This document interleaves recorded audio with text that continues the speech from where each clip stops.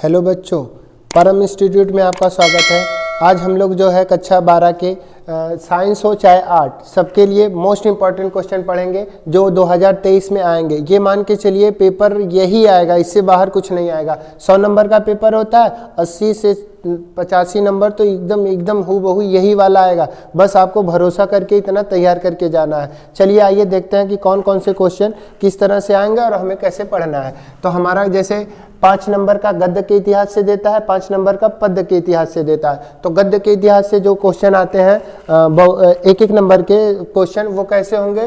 तो शुक्ल युग और शुक्लोत्तर युग के लेखकों के नाम व उनकी रचनाएं। इसका मतलब हो गया कि प्रमुख लेखक जो हैं उनके नाम होंगे, या शुक्ल युग की विशेषताएं क्या होंगी उनके बारे में हमें क्वेश्चन आता है। और एक एक नंबर के आते हैं, लिखने होते हैं। जैसे मान लीजिए किसी भी लेखक का नाम पूछ देगा और उनकी रचनाएं पूछ देगा, या कोई रचना दे देगा, पूछ देगा कि इसके लेखक कौन है। तो शुक्ल युग और शुक्लोत्तर युग, ये दोनों युग ही आप पढ़ के जाइएगा, ठीक ना। आज हमारा पूरा फोकस है आपको पेपर कैसे आता है और किस तरह से लिखना है वो बताना है, ठीक ना। इसके ऊपर कौन कौन से लेखक हैं या कौन से चैप्टर महत्वपूर्ण हैं, आप कमेंट करेंगे तो वो पूरी विस्तार से आपको वीडियो बना के बताया जाएगा। आपके बाद से ये मान के चलिए एक ऐसा चैनल ये एक है जहां आपको हिंदी, इंग्लिश, मैथ, विज्ञान, कक्षा 10 हो या कक्षा 12, सारे टॉपिक वाइज वीडियो बनाए जाएंगे और एग्जाम से रिलेटेड सारे क्वेश्चन बताए जाएंगे। तो आइए देखते हैं हमारा अगला क्वेश्चन क्या है। भारतेंदु युग, द्विवेदी युग, छायावादी युग, कवियों के व उनकी रचनाएं। यानी कि जैसे पूछ दे कि छायावादी युग की विशेषताएं बताइए, तो छायावादी युग में जो है मानवीय प्रकृति का मानवीकरण बहुत ज़्यादा किया गया था। जैसे जयशंकर प्रसाद इसके क्या हैं? प्रवर्तक हैं। अगर भारतेंदु युग के प्रवर्तक पूछ दे तो भारतेंदु हरिश्चंद्र हैं। इनमें कौन कौन से प्रमुख कवि थे, कौन कौन से उनकी रचना है वो पढ़ लीजिएगा।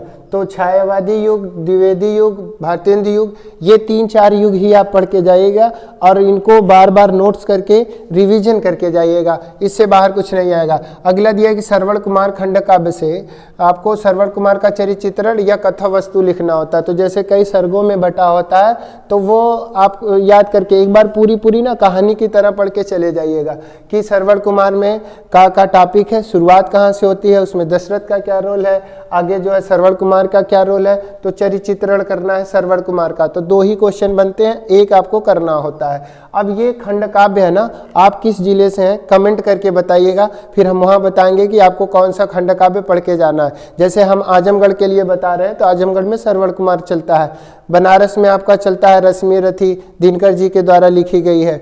तो अलग अलग जिलों में, यूपी के 75 जिलों में से अलग अलग जगह जो है अलग अलग ये खंड काव्य चलते हैं। बाकी सारी चीज़ें हर जगह सेम चलती हैं। जैसे देखा यहाँ लिखा है कि लेखक के साहित्यिक परिचय तथा उनकी कृतियाँ बतानी है। तो लेखकों के साहित्यिक परिचय में आप जो है ना वासुदेव सरल जी को पढ़ लीजिएगा, डॉक्टर APJ अब्दुल कलाम, ये 2 लेखक ही पढ़ के जाइएगा। ये दोनों में से इम्पॉर्टेंट दोनों हैं और कोई एक ही लिखना होता फंस जाएगा। आपको दिया है कि कवि का साहित्यिक परिचय एवं उनकी कृतियाँ। 5 नंबर का होता है गद्य में से उनके साहित्यिक परिचय और कृतियाँ लिखने के लिए, और 5 नंबर का पद्य में से होता है। तो पद्य में से चैप्टर ज़्यादा है, जैसे पवन दूती का हरिओत जी लिखे हैं, मैथिली सरल गुप्त लिखे हैं, जो है कैकेयी अनुताप वाला महादेवी वर्मा लिखी हैं, या जयशंकर प्रसाद का श्रद्धा मनु है। तो ये चैप्टर भी इम्पॉर्टेंट है और इनमें से जो ये लेखक हैं मतलब कवि जी हैं, इनके जीवन परिचय को और उनकी रचनाओं को आप पढ़ के जाइएगा। अगला देखिए लिखा है कि गद्य के पाठों से व्याख्या करना है। कौन कौन से पाठ महत्वपूर्ण है? तो राष्ट्र का स्वरूप, राष्ट्र का स्वरूप लिखे हैं आपके कौन से? वासुदेव सरल जी। भाषा और आधुनिकता, अशोक के फूल। ये 3 चैप्टर ऐसे हैं, इनको आप पढ़ लीजिएगा। इन पर आधारित पीछे प्रश्न होंगे वो पढ़िएगा। 5 क्वेश्चन आते हैं, 2-2 नंबर के होते हैं। जैसे दे देगा कि रेखांकित भाग की क्या करिए, व्याख्या कीजिए। पद्य देता है, पद्य का उसी को पढ़ कर उसी में से उत्तर देना होता है। तो कौन कौन से पाठ से आएगा? तो राष्ट्र का स्वरूप से आ सकता है, या भाषा और आधुनिकता से आ सकता है, या अशोक के फूल से आ सकता है। यही 3 क्वेश्चन 3 चैप्टर से ही बार बार पूछता है, तो अलग अलग पैसेज देकर पूछता है। तो आप उसको पढ़ के जाइएगा ताकि एक भी नंबर छूटे ना। तकलीफ तब होती है जिस दिन रिजल्ट आता है कि काश पढ़ लिए होते। तो अभी आपके पास मौका है, अच्छे से आप पढ़ के जाइएगा। पाठ पद्य के पाठों में से कौन सा आएगा? पवन दूतिका। पवन दूतिका में राधा जी पवन को संदेश वाहक बनाकर अपना दुख भेजती हैं कि जाइए कृष्ण को बता के आइएगा, तो वो वाला चैप्टर बहुत इंपॉर्टेंट है। तो पवन दूतिका वाला चैप्टर तैयार करके जाइएगा। कैकेयी अंताप वाला है, कैकेयी जी अपना पश्चाताप करती हैं रामचंद्र जी को वापस जब वन से लिवाने जाते हैं, तो वहाँ से अभिनव मनुष्य को दिनकर जी लिखे हैं और श्रद्धा मनु को जयशंकर प्रसाद। तो एक चैप्टर श्रद्धा मनु, अभिनव मनुष्य और ये आपका कैकेयी अंताप और पंडित का, इन चारों चैप्टरों को आप बार बार रिवीजन करके जाइएगा। पेपर में बार बार क्वेश्चन यहीं से आते हैं, ये इंपॉर्टेंट क्वेश्चन है। यहाँ जितना बताया गया आपको अब तक और जितना आगे बताया जाएगा, सारे के सारे ये मान के चलिए पेपर ही आप बैठ के दे रहे हो।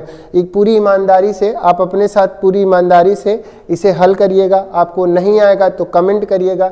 जिस भी टॉपिक पर आप वीडियो बनाने के लिए कहेंगे बनाया जाएगा।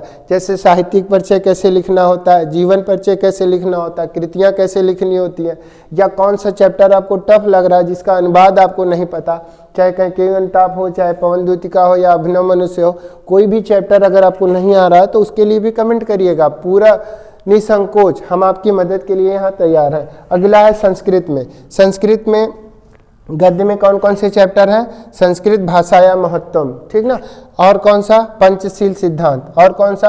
आत्मज्ञ एवं सर्वज्ञ। ये 3 चैप्टर जो है गद्य में है, इनका संदर्भ सहित व्याख्या करनी होती है, यानी हिंदी में अनुवाद करना होगा, इसको देख के जाइएगा। और पद्य में कौन सा? सुभाषित रत्नानी, यानी कि जो सुभाषित रत्नानी वाला चैप्टर है, श्लोक है उनके अर्थ अच्छे से देख के जाइएगा। और उनमें से कौन सा? तो अक्सर जो है लास्ट के जो 3-4 है, मतलब 10, 11, 12 वो वाले जो है श्लोक बहुत इंपॉर्टेंट है। हर बार उनमें से कोई ना कोई एक पूछता है तो वही वाला आएगा। अब आते हैं हम लोग ग्रामर में। ग्रामर में हमारा हो गया संधि। संधि में कौन कौन से? दीर्घ, गुण, यण या अयादि। संधि पर आपको एक पूरी टॉपिक बताई जाएगी कि जो है संधि कितनी प्रकार की होती हैं, ठीक ना, कौन कौन सी संधियां होती हैं, उनमें कैसे पहचान करनी है, ये सारी चीज़ बताई जाएगी। उदाहरण के साथ आपको बताया जाएगा। ये इसमें समास नहीं बताया जाएगा, कैसे साइंस वालों के लिए समास नहीं आता। अगर आप जो है आर्ट से हैं तो आपके लिए समास आएगा, तो अव्ययी भाव समास पढ़ के जाइएगा आप लोग, ठीक ना। आर्ट वाले अव्ययी भाव समास देख लीजिएगा, ठीक। अब आइए हम देखते हैं रस। रस में श्रृंगार रस, वीर रस, करुण रस, हास्य रस। इनको अच्छे से तैयार करके जाइएगा। इनमें से कोई 2 देगा, आपको पेपर में एक ही लिखना होता है, ठीक ना। तो उदाहरण और लक्षण मतलब परिभाषा और उदाहरण के साथ आपको लिख के आना है, ठीक।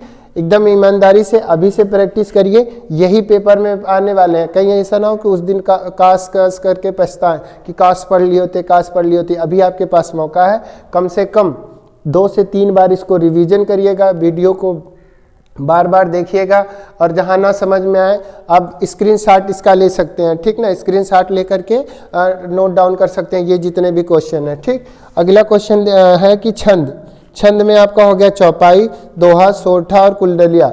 इसका उदाहरण सहित लक्षण लिखना होता है, ठीक ना। तो जो बता दीजिएगा कि चौपाई है, चौपाई में 4 चरण होते हैं, प्रत्येक चरण में 16-16 मात्राएं होती हैं। ये जो है सममात्रिक छंद होता है, ठीक ना। अंतिम में जो 2 गुरु होते हैं, और इस तरह से दोहा है, दोहा अर्धसमात्रिक होता है। इसमें पहले और तीसरे चरण में जो है 13-13 मात्राएं होती हैं। दूसरे और चौथे में आप कक्षा 10 में भी पढ़े होंगे, 9 में भी पढ़े होंगे, 11 में भी रिवीजन किए होंगे। तो इतना तो कर ही के जाइएगा ना। कम से कम हिंदी है, अच्छे से ज़्यादा नंबर लाइएगा। ये 100 नंबर का पेपर है। अगर आप हिंदी में जो है 90+ नहीं लाते हैं तो समझिए आपका बेकार है। इतना सिंपल सा पेपर आएगा, यही पेपर आएगा। अगर नहीं पढ़ के जाएंगे तो फिर पछताना पड़ेगा ना। आइए हम देखते हैं आपका अलंकार। अलंकार में कौन कौन सा? तो शब्दालंकार, अर्थालंकार, 2 प्रकार के होते हैं। शब्दा में से कौन कौन आएगा? तो अनुप्रास, यमक और श्लेष। अनुप्रास, यमक और श्लेष ये शब्दा में होते हैं। रूपक, उत्प्रेक्षा और उपमा ये जो है किस में होते हैं? तो ये आपके अर्था में होते हैं। तो 3 ये वाले, 3 ये, 6 ठो हैं। 6 को बार बार पढ़ लीजिएगा, रिवीजन कर लीजिएगा, और ऐसे ही जब भी खाली टाइम मिले तो इनका प्रैक्टिस किया करिए, और उसके बाद आपका तैयार हो जाएगा, ठीक। अगला देखिए लिखा है कि पत्र। पत्र में गांव में फैली बीमारी, ये वाला एक बार करके जाइएगा। वैसे पत्र तो 3 तरह से आते हैं। एक होता है नियुक्ति पत्र, मतलब कि कहीं जॉब के लिए आपको पत्र लिखना होता है। दूसरा होता है बैंक से कर्ज लेकर के कोई व्यवसाय खोलने के लिए, तीसरा होता है आपका गांव में फैली बीमारी। तो आज जो है गांव में फैली बीमारी ये मॉडल पेपर ही एक तरह से है। मान के चलिए कि ये पेपर में आ गया तो कैसे करेंगे, उसके लिए बता रहे कि गांव में फैली बीमारी है ना की समस्या को दूर करने के लिए आप संबंधित अधिकारी को क्या लिखेंगे, पत्र लिखेंगे। तो ठीक ना, कि ताकि हम उसे दूर कर सकें। ये वाला हो गया। अब निबंध आता है, 9 नंबर में निबंध आता है आपका, 6 नंबर का पत्र आता है। तो एक एक नंबर करके ही 90 नंबर तक पहुंचेंगे ना, तो सारे टॉपिक इंपॉर्टेंट है और अच्छे से पढ़ के जाइएगा। निबंध में आपका हो गया विज्ञान, ठीक ना, स्वास्थ्य, शिक्षा और पर्यावरण। तो इन टॉपिकों पर आप क्या करना, निबंध लिखना। इससे आपका डबल फायदा होगा, कम से कम आपकी राइटिंग सुधर जाएगी और आपका पेपर भी अच्छा बनेगा। एग्ज़ाम में सबसे ज़्यादा ज़रूरी जो होती है वो आपकी हैंड राइटिंग होती है। अगर आपकी हैंड राइटिंग गड़बड़ है, लिखावट गड़बड़ है, अच्छा खासा आपके पास नॉलेज होते हुए भी आपका नंबर कट जाएगा। अगर राइटिंग अच्छी है, लिखावट साफ है तो अच्छा नंबर कर जाएंगे। तो उसके लिए आपको क्या करना होगा, बार बार प्रैक्टिस करनी होगी। तो अभी से ये जितने क्वेश्चन बताए गए हैं सबके सब इम्पॉर्टेंट है। अब जब भी वीडियो बनेगी इन सारे टॉपिकों को टॉपिक वाइज आपको विस्तार से पढ़ाया जाएगा। तो कम से कम ये जो आ रहे हैं आप ईमानदारी से करिए, नहीं आ रहे हैं तो हमें कमेंट करिए कि कौन सा क्वेश्चन आपको नहीं आ रहा है, ठीक ना। आगे आपको विस्तार से बताया जाएगा। आज के लिए इतना ही, धन्यवाद।